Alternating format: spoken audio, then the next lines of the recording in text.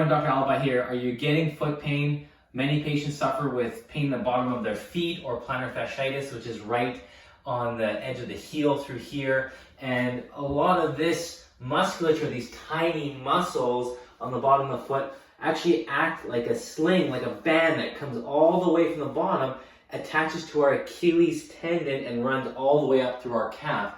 So instead of rubbing the bottom of our foot all the time, let's chase what's going on up top in the calf, which are usually really tight from sometimes standing on our feet all day or just sitting a lot and being in a shortened position. So you're gonna put the lacrosse ball and you're just gonna find any area, and the reason why I'm doing this is because my foot hurts, so I'm gonna get some stretches out of this. We're gonna put the ball in a spot that's tender, and there's one right there. And what I'm gonna do is actually cross my left leg over my right, and I'm gonna put some pressure on that spot.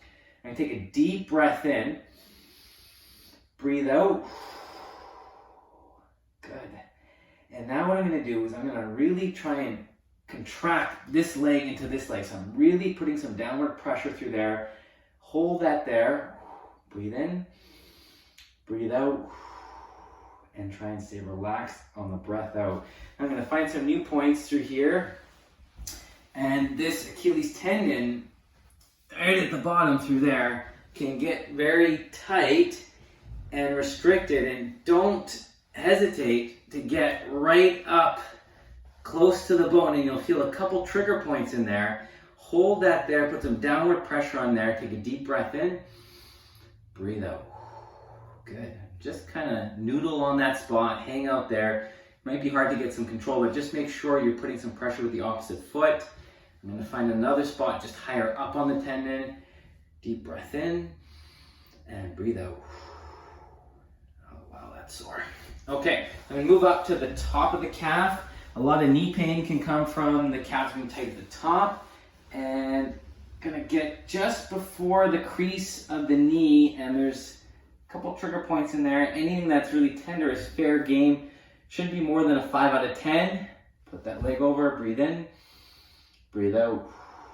Okay, next thing that we're going to do after we've covered a lot of this real estate is you can stand up, use the ball. This is always fun to do. Support yourself using a wall if you need to.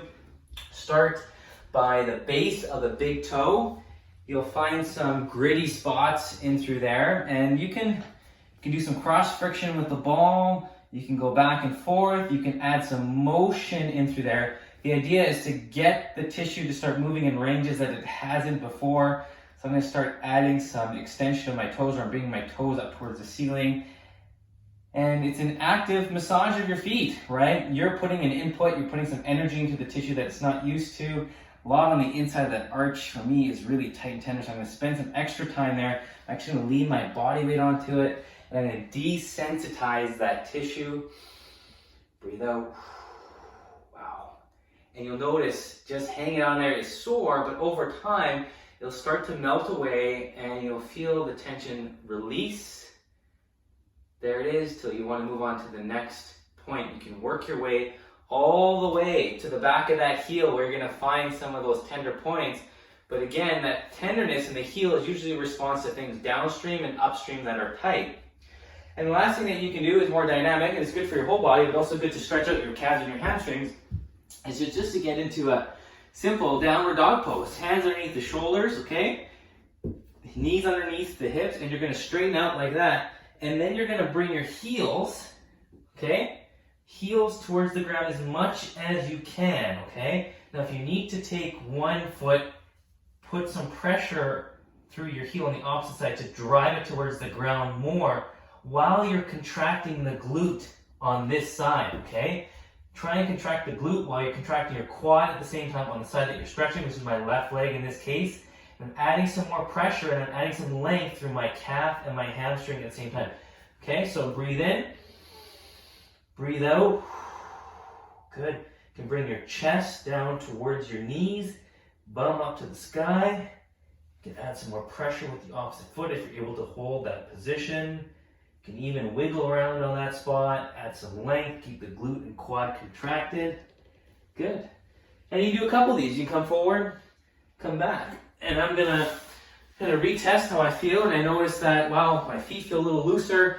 Try that at home. It's a great way to get out of pain, but spend 5 minutes on each foot as a daily maintenance to get that tissue more supple and get you feeling and more bouncy at the end of the day. Take care.